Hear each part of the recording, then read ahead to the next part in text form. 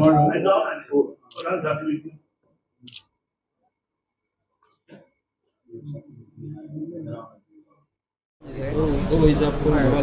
जी। आज हमने मुस्लिम personal board की तरफ से हम ही नहीं पूरे मुल्क में जितने भी मुसलमान हैं वहाँ के बड़े बड़े मकामात पर मुस्लिम पर्सनल बोर्ड की तरफ से मेमोरेंडम दिया जा रहा है कि जो वक्फ बिल के सिलसिले में वक्फ कानून जो बन गया है उसके विरोध में हम लोग जो है ये एहतजाजन जो है ये मेमोरेंडम दे रहे हैं और ये तहरीक जो है पूरे मुल्क में चल रही है और जलसे भी मुनक़िद किए जा रहे हैं। हमारा उम्बा शहर में भी बहुत जल्द एक जलसा होने जा उसकी भी तैयारी हम लोग कर रहे हैं।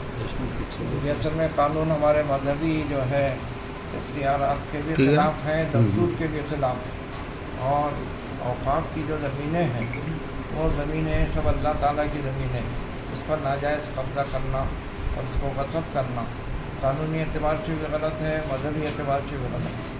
इस वजह से हम पूरे मुल्क में ये एहतजाज कर रहे हैं और इस कानून को वापस करने के लिए ये कोशिशें मेहनतें की जा रही हैं और एक वक्त आएगा कि कानून ज़रूर वापस होगा। पूरे मुसलमान इस सिलसिले में मुस्तैद है, परेशान है, इस वजह से हुकूमत को इस कानून वापस लेना ही पड़ेगा। ये हमारी अपनी सबकी जो है गुजारिश है, ख्वाहिश है, इसका इजहार के लिए ही मेमोरेंडम दिया गया। कमिश्नर साहब के सामने पेश किया गया तो इसमें ये चूँकि आपको मालूम ही अभी मुफ्ती साहब ने बताया कि वक्फ अमेंडमेंट बिल के ख़िलाफ़ है, जो बिल मुसलमानों की जो मजहबी प्रॉपर्टीज़ हैं उन प्रॉपर्टीज़ को बर्बाद करने वाला कानून है, तो उसके ख़िलाफ़ ये हमने मेमोरेंडम दिया है। इस मेमोरेंडम को पेश करने के लिए आज हमारे साथ में औरंगाबाद की तमाम बड़ी मजहबी जमातें और तमाम जितने भी मुसलमानों के फ़िरक़े हैं वो तमाम के तमाम मुत्तहिद होकर यहाँ पहुँचे हैं। यहाँ पर मेरे साथ में हमारे जो मोहतरम हाफिज़ इकबाल अंसारी साहब हैं जो आइम्मा और की जो तंजीम है उसके सदर हैं, नुमाइंदा कौंसिल के जो शहर का बहुत बड़ा प्लेटफॉर्म है उसके जो सदर हैं मोहतरम हमारे ज़ियाउद्दीन सिद्दीकी साहब, उसके सेक्रेटरी मेराज सिद्दीकी साहब और उसके एग्जीक्यूटिव मेंबर जनाब आदिल मदनी साहब और इसी तरह हमारे सीनियर बोर्ड के तासीसी रुकन जनाब मोहतरम महफूज रहमान फ़ारूक़ी साहब, ये तमाम लोग यहाँ पर मौजूद हैं। अमीर शरीयत मौजूद हैं और जमीयतुल उलमा के दोनों जो भाग के ज़िम्मेदारान हैं वो भी यहाँ मौजूद हैं, हाफिज़ अब्दुल अज़ीम शाह साहब वगैरह। तो बताना ये है कि तमाम मजहबी जमातों के ज़िम्मेदारान हमारे साथ में हैं इस वक्त।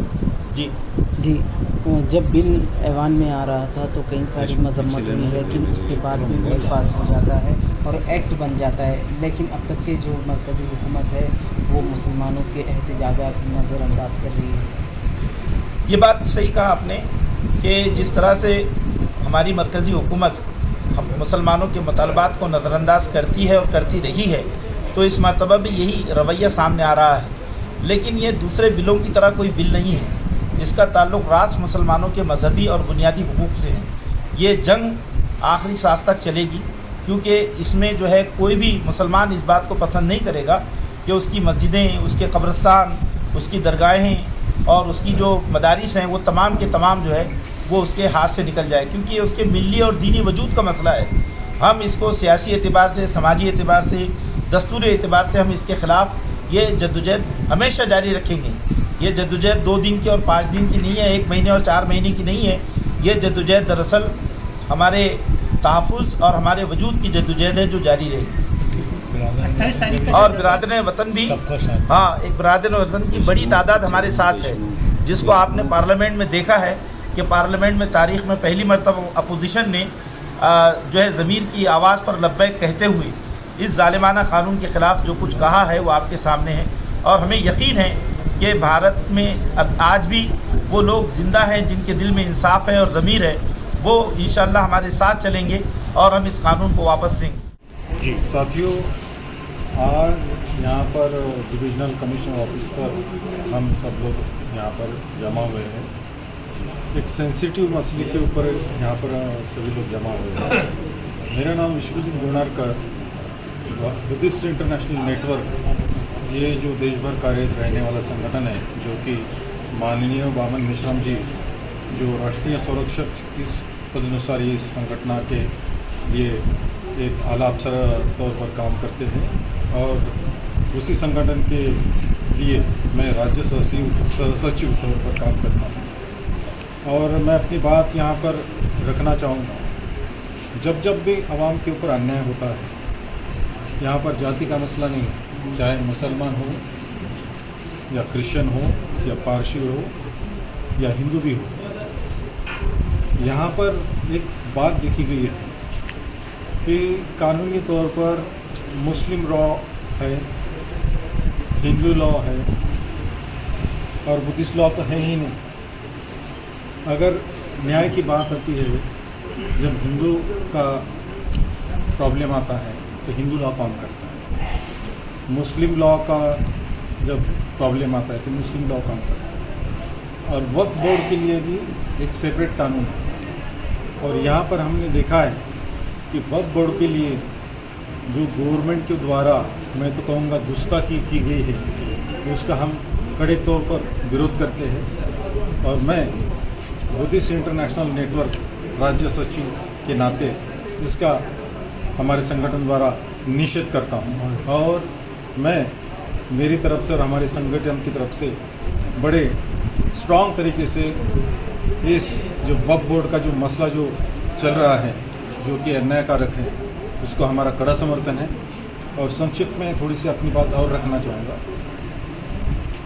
ये कानूनी तौर पर वक्फ बोर्ड में गवर्नमेंट का इंटरफेरेंस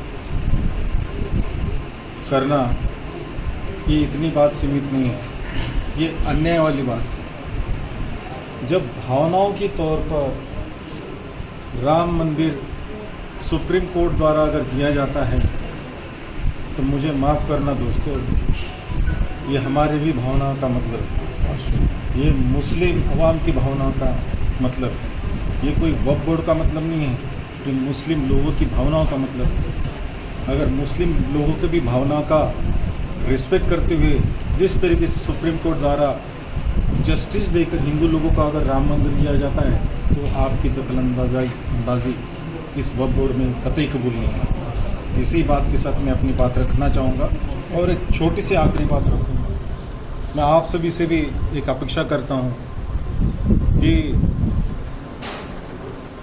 बौद्ध लोगों का भी आस्था का स्थल है बिहार में, जो कि हमारा सम्मानीय बुद्ध विहार है, जहाँ पर ब्राह्मणों का कब्जा है, वो भी लीगल तरीके से। मैं भारत मुक्ति मोर्चा का महाराष्ट्र राज्य का प्रचारक हूँ। आज औरंगाबाद में मुस्लिम पर्सनल लॉ बोर्ड और सभी मुस्लिम संगठनों के माध्यम से जो मेमोरेंडम यहाँ पर विभागीय आयुक्त को दिया गया, वो वक्फ बिल के विरोध में दिया गया। भारत सरकार ने पिछले कुछ दिनों में संसद के अंदर जो कानून के विरोध में, मुस्लिम लोगों के इस्लाम के कानून के विरोध में, दोनों कॉन्स्टिट्यूशन के विरोध में जो बिल पारित किया है, वो अनकॉन्स्टिट्यूशनली है, मुस्लिम लोगों के या इस्लाम के विरोध में। और इंडिया के अंदर कानूनी जो कॉन्स्टिट्यूशनली मामला है, उसके तहत बिल पारित होते हैं। ये अनकॉन्स्टिट्यूशनली बिल उन्होंने पारित किया है, जिसकी वजह से इस्लाम के मौलिक अधिकारों पे या इस्लाम को मानने वाले जितने भी देश भर में मुस्लिम लोग हैं, उनके मौलिक अधिकारों का हनन उसमें किया जा रहा है। इसके विरोध में भारत मुक्ति मोर्चा और उनके जो राष्ट्रीय अध्यक्ष है भावन निशान साहब, उनके माध्यम से 9 अप्रैल 2025 को राष्ट्रव्यापी जेल भरो आंदोलन भी किया गया और आने वाले 1 जुलाई 2025 को भारत बंद का आंदोलन होने वाला है। और इस आज के मेमोरेंडम में हम उसमें हमारा 100% साथ सकते हैं। धन्यवाद। 2 तारीख से देश भर में वक्फ अमेंडमेंट को लेकर एक बेचैनी है।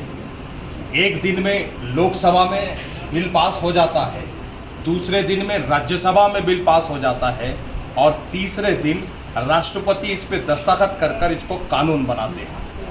देश भर में जब मुसलमानों की बड़ी बड़ी तंजीमें, बड़ी बड़ी संगठनाएं काम कर रही है और हर बार इस देश की हुकूमत को बारहा ये कहा गया है कि जब भी आप मुसलमानों के सिलसिले में कोई कानून की बात करे तो कम से कम मुसलमान संगठनों से बात कर ली जाए, लेकिन ऐसा नहीं होता है।